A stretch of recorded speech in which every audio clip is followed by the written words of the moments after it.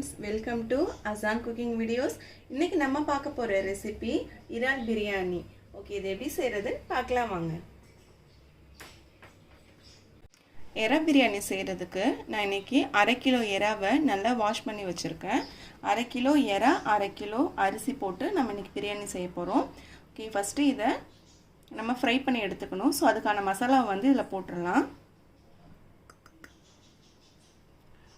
1 tablespoon அளவுக்கு மஞ்சள்தூள், 1 spoon மிளகாய் தூள்,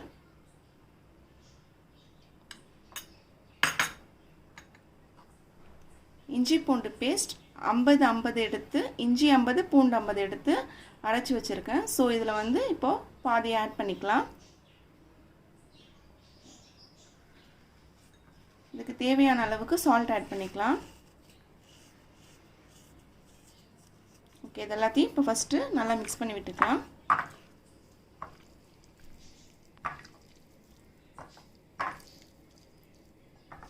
இப்போ எல்லாத்தையும் நல்லா mix பண்ணியாச்சு. இப்போ இதல ஒரு 1/2 லெமனை வந்து பிழிஞ்சிக்கலாம். பிழிஞ்சிட்டு இதையும் நல்லா mix பண்ணி விட்டுக்கோங்க.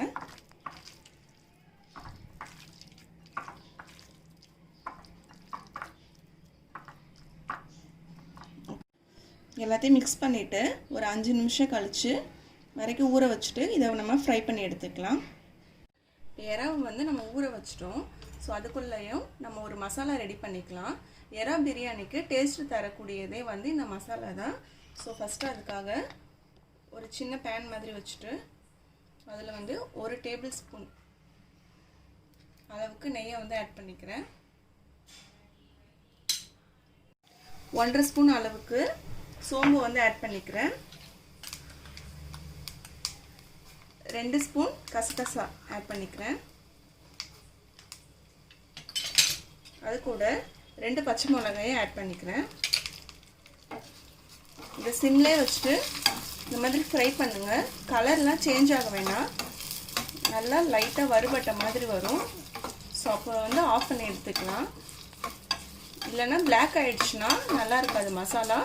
சோ லைட்டா கலர் சேஞ்ச் ஆனோனே ஆஃப் பண்ணி எடுத்துக்கோங்க. ஓகே, இந்த அளவுக்கு ஃப்ரை ஆனா போதும். இப்போ ஆஃப் பண்ணி எடுத்து வச்சிட்டு இது ஆறிட்ட பிறகு மிக்ஸி ஜார்ல லைட்டா தண்ணி ஊத்தி அரைச்சுக்கலாம். இப்போ நம்ம எடுத்து வச்சிருக்க எறாவை வந்து நம்ம ஃப்ரை பண்ணிக்கலாம். எறா வந்து ஃப்ரை ஆகுற அளவுக்கு தேவையான அளவுக்கு எண்ணெய் ஊத்திக்கோங்க. எண்ணெய் வந்து ஹீட் ஆயிடுச்சு. இப்போ வந்து எறா வந்து நம்ம ஃப்ரை பண்ணிக்கலாம்.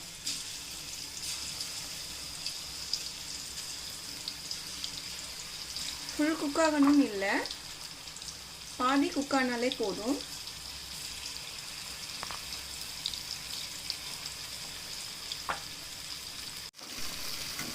ஓகே, இப்போ எறா வந்து ஆஃப் குக் ஆயிடுச்சு. ஸோ இதை ஆஃப் பண்ணிட்டு நம்ம எடுத்துக்கலாம்.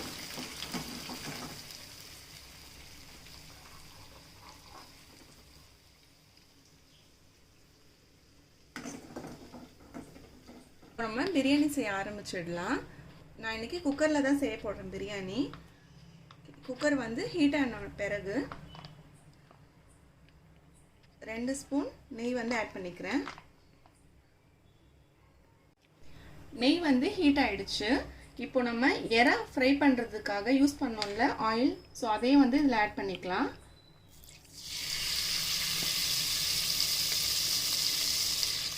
ரெண்டு குழிக்கரண்டி அளவுக்கு நான் வந்து ஆட் பண்ணிக்கிறேன்.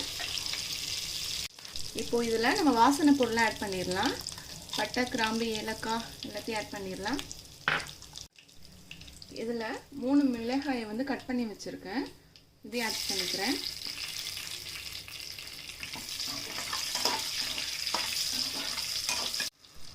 இப்போ பச்சை மிளகாய் வந்து நல்லா வெடிச்சிருச்சு. இப்போ பெரிய சைஸ் வெங்காயமா ஒரு 3 வெங்காயம் கட் பண்ணி வச்சிருக்கேன். சோ அதையும் இது கூட ஆட் பண்ணிக்கிறேன்.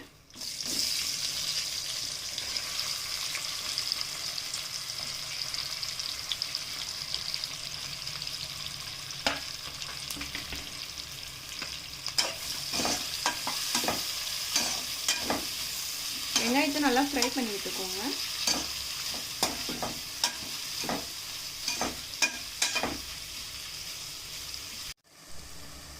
வெங்காயம் நல்லா வெந்துருச்சு. ஸோ இதில் பேலன்ஸ் நம்ம எடுத்து வச்சுருக்க இஞ்சி பூண்டையும் ஆட் பண்ணிக்கலாம்.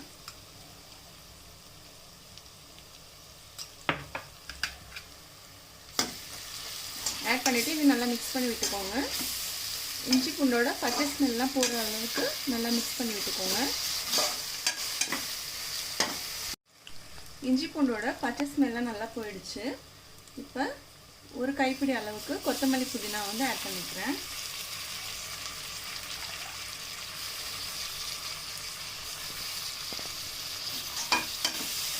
ஆட் பண்ணிவிட்டு மிக்ஸ் பண்ணிடலாம். இப்போ இதில் ஒரு 3 தக்காளி வந்து கட் பண்ணி வச்சுருக்கேன். ஸோ இதையும் வந்து ஆட் பண்ணிக்கிறேன்.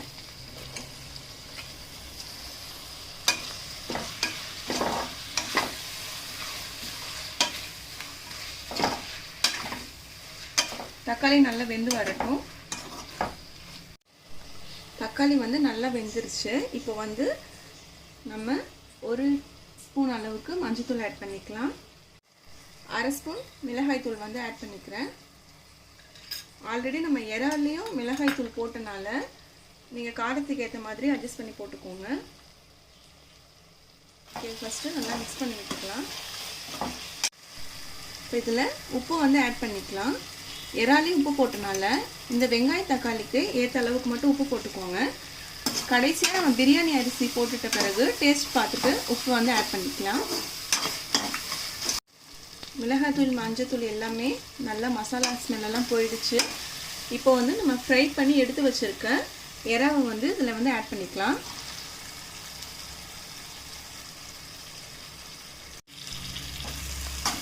இதில் வந்து மிக்ஸ் பண்ணி விட்டுக்கலாம். இறாவை போட்டுட்டு இறா போட்டுட்ட பிறகு இப்போ நம்ம ஃபஸ்ட்டு ஒரு மசாலா ரெடி பண்ணி வச்சோம்ல, கசகசா பச்சை மிளகாய் போட்டு ஒரு மசாலா ரெடி பண்ணி வச்சோம்ல. ஸோ வந்து இதை வந்து அதில் ஆட் பண்ணிக்கலாம்.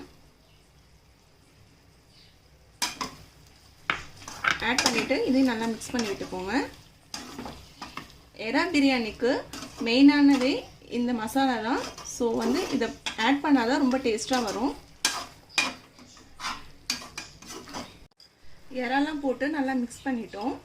இப்போ வந்து இதில் 2 டேபிள் ஸ்பூன் தயிர் வந்து ஆட் பண்ணிக்கலாம். இப்போ வந்து 1க்கு 1.25 அளவுக்கு பாஸ்மதி ரைஸோட அளவு. ஸோ வந்து நான் இதில் தான் அளவு எடுத்திருக்கேன். அதில் திக்கான தேங்காய் பால் வந்து ஆட் பண்ணிக்கலாம். ஓகே, ப்ளஸ் ஃபஸ்ட்டு அரைச்சோம்ல ஒரு மசாலா, ஸோ அதோடைய தண்ணியும் ஜாரில் இருக்குது. ஸோ அதையும் வந்து நான் ஆட் பண்ணிக்கிறேன். மீதி இருக்கிறது நார்மல் தண்ணி ஆட் பண்ணிவிட்டு கரெக்டாக அளவு தண்ணி வச்சு நம்ம ஊற்றிடலாம். இந்த கப்பில் வந்து 3/4 கப் அளவுக்கு இருந்துச்சு. ஸோ வந்து நான் அதில் 1 கப்பு தண்ணி வந்து ஆட் பண்ணிக்கிறேன்.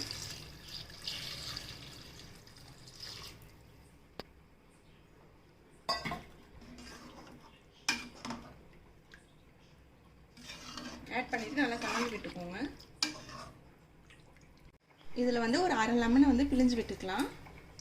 எறா ஃப்ரை பண்ணும்போது ஒரு 1/2 லெமன் போட்டோம். இதில் ஒரு 1/2 லெமன். தண்ணி கொதிக்கணும்னு தேவையில்லை. இப்போவே நம்ம அரிசியை போட்டுக்கலாம். நான் அரிசியை 1/2 மணி நேரம் நல்லா தண்ணியில் ஊற வச்சுருக்கேன். ஓகே, இப்போ வந்து இதில் ஆட் பண்ணிக்கலாம். தண்ணியெல்லாம் நல்லா வடிச்சிட்டு எடுத்துக்கோங்க.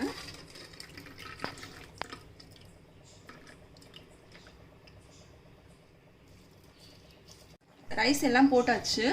லைட்டாக அடியில் மட்டும் மிக்ஸ் பண்ணி விட்டுக்கோங்க. ரொம்ப கிளறிடாதீங்க, அரிசி உடஞ்சிரும். எல்லாத்தையும் மிக்ஸ் பண்ணி விட்டுட்டு குக்கரை க்ளோஸ் பண்ணி ஒரு 2 விசில் விட்டுட்டு ஆஃப் பண்ணிடலாம். 2 விசில் வந்து ஆஃப் பண்ணிட்டோம். ஒரு 1/2 மணி நேரம் தம்மில் அப்படியே போட்டுட்டோம். இப்போ வந்து இதை ஓப்பன் பண்ணி பார்த்துக்கலாம்.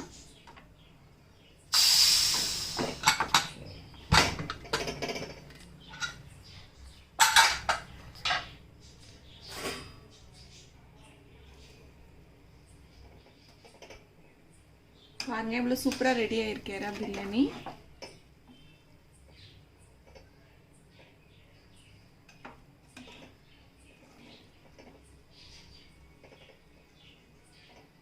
சாப்பாடு எதுவும் உடையல, ரொம்பவே சூப்பராக ரெடி ஆயிருக்கு. ரொம்பவே சூப்பரான எறா பிரியாணி ரெடி ஆயிடுச்சு. இந்த ரெசிபி உங்களுக்கு பிடிச்சிருந்துச்சுன்னா லைக் பண்ணுங்க, ஷேர் பண்ணுங்க, சப்ஸ்கிரைப் பண்ணுங்க, மறக்காம பெல் பட்டனை கிளிக் பண்ணுங்க. Thank you for watching.